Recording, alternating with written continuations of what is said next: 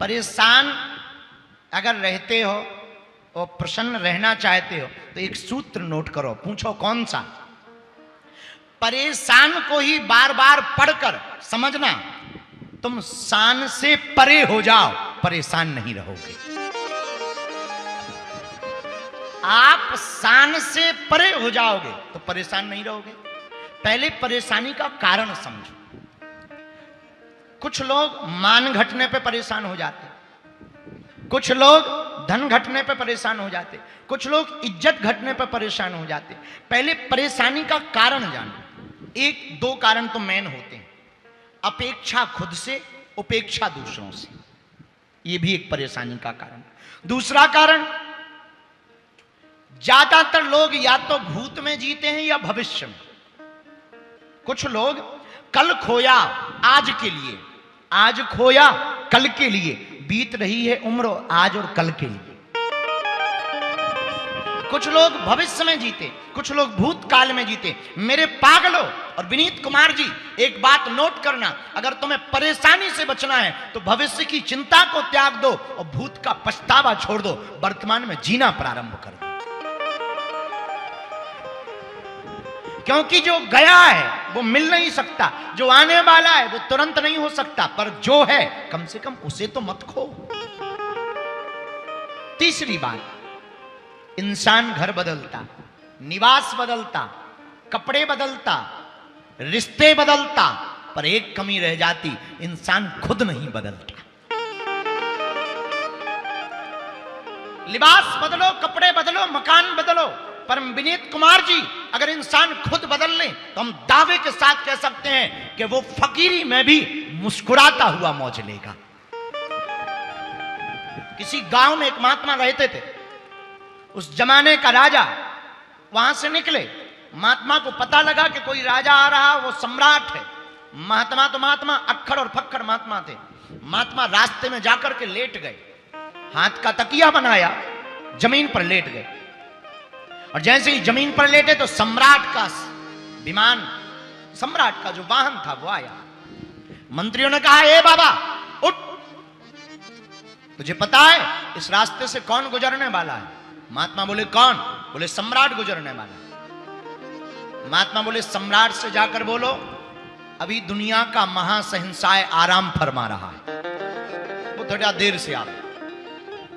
मंत्री का दिमाग खराब, तो दिखने में फक्कड़, शरीर पर कपड़ा नहीं, कोई मंत्री संतरी नहीं, कोई भीड़ नहीं, प्रजा नहीं, रक्षक नहीं, अश्व नहीं, गज नहीं, महल नहीं, और तुम अपने आप को महासहिंसाय बतला रहे, तुम्हें शर्म नहीं आती है? महात्मा बोलो चुप, खबरदार, जाकर राजा को बोलो, सम्राट को, दुनिया का महासहिंसाय आराम फरमा रहा। राजा उतरा, मंत्री को पूछा क्या बात है, वाहन क्यों रुक गए?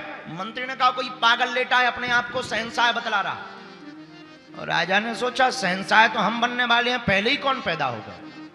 तो राजा गया, पूछा कौन? महात्मा ने भी कहा तू बता कौन है? राजा बोला मैं सम्राट हूं। महात्मा बोले मैं शहंशाह हूं। राजा बोला लगते तो नहीं हो। महात्मा बोले तुम भी नहीं लगते। महात्मा बोले चलो चुप रहो, एक बात बताओ कहां जा रहे हो? सम्राट ने कहा, राजा ने कहा मैं सामने वाले देश के ऊपर युद्ध करने के लिए जा रहा हूं, मैंने युद्ध का डंका बजा रखा है। महात्मा बोले फिर क्या करोगे? बोले सामने वाले देश को जीतने के बाद मैं शहंशाह बन जाऊंगा, जो तुम अभी अभी बोल रहे हो मैं बनने वाला हूं। महात्मा बोले फिर क्या करोगे? बोले मेरे नाम का डंका चलेगा, मेरा राज्य होगा। महात्मा बोले फिर क्या करोगे? बोले मैं पूरी दुनिया पर फिर राज्य करूंगा, अपना आधिपत्य जमाऊंगा। महात्मा बोले फिर क्या करोगे? बोले फिर क्या, आराम के साथ सोऊंगा। महात्मा ने पकड़ा, एक जोर का चांटा मारा। बोले तू दुनिया को जीतने के बाद आराम से सोएगा या नहीं सोएगा ये गारंटी नहीं है, मैं बिना जीते आराम से सो रहा हूं, बता तू सम्राट है या मैं सम्राट? विनीत कुमार, अगर आप परेशान हो तो पहले कारण समझो। एक कारण चौथा परेशानी का हो सकता असंतुष्टि, जो आपको मिला है उसमें प्रसन्न ना रहना, यह भी एक परेशानी का कारण हो सकता है। पांचवा कारण परेशानी का हो सकता, आप समय से पहले और भाग्य से ज्यादा पाना चाहते। इसीलिए भी आप परेशान रह सकते हैं। इसलिए याद रखो, अगर आप समय से पहले और भाग्य से ज्यादा पाना चाहते तो पूरी जिंदगी परेशान रहोगे। पर आपने पूछा कि मन परेशान कैसे ना रहे, तो हमारी 5 बातें नोट करो। पहली बात, सबसे पहले तो ईश्वर पर भरोसा रखो। अगर तुम नास्तिक हो, एथिस्ट हो, आप बिल्कुल भी भगवान को नहीं मानते, नो प्रॉब्लम, अपने हालात पर अपने आप को छोड़ दो। दूसरा उपाय, परेशान अगर नहीं रहना चाहे, सकारात्मक सोचो, सदा सकारात्मक सोचो। तुम्हारे भाग्य में तुम्हारा भाई अगर नींबू दे तो परेशान मत हुआ करो, नींबू का शरबत बना लिया करो, झंझट खत्म। अगर तुम्हारे भाग्य में किसी ने नींबू दे दिया, काट करके शरबत बनाओ और भाई के ही सामने लुगाई को बैठा के पियो। अगर तुम्हारे जीवन में कोई गड्ढा खोदे तो रोया मत करो कि उसने हमारे लिए गड्ढा खोद दिया, एक पीपल का जाके पेड़ लगा दिया करो। पर परेशान मत हुआ करो। विनीत कुमार, अगर तुम्हारा दूध फट जाए तो रोया मत करो कि मेरा भाग्य खराब है, दूध फट गया, पनीर बना लिया करो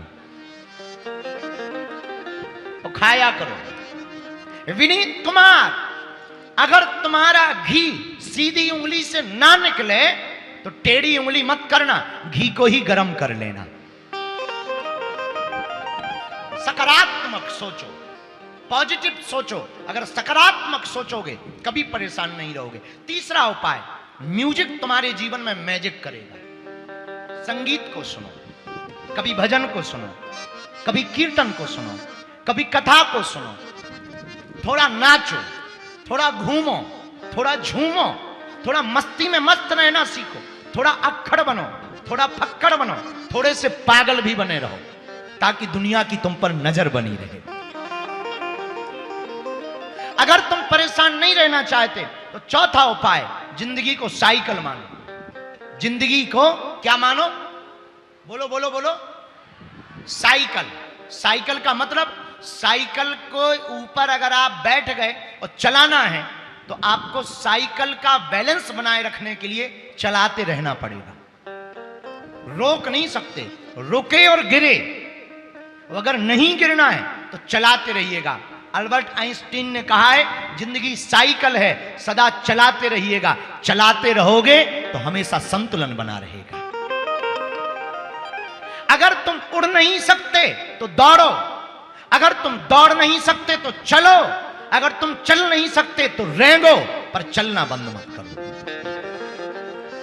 कभी भी परेशान नहीं रहोगे। पांचवा उपाय और अंतिम उपाय, विनीत कुमार, अगर तुम परेशान होने से बचना चाहते हो, अगर तुम लाभ चाहते हो तो लाभ का उल्टा करो, भला करो।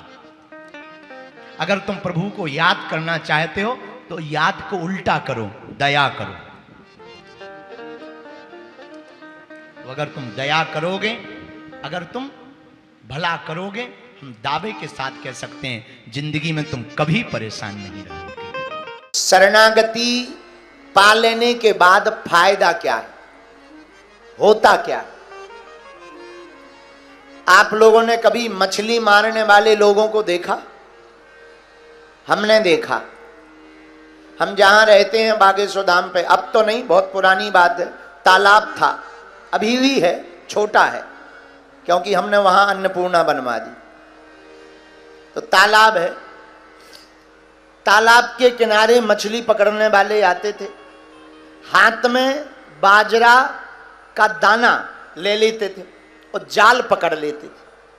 बाजरे के दाने को सीढ़ियों पर खड़े होकर के तालाब में फेंकते थे। बड़े बड़े मछला, बड़ी बड़ी मछलियां दाना खाने आती, पर छोटी छोटी मछलियां कुछ दाने जो सीढ़ियों पर गिर जाते थे वहां पर खाने आती। केवट मछली पकड़ने वाला जाल फेंकता, पूरी बड़े बड़े मछलों को पकड़ लेता, बड़ी बड़ी मछलियों को पकड़ लेता। लेकिन महाराज जी एक कौतुक होता था, हमने आंखों से देखा। क्या?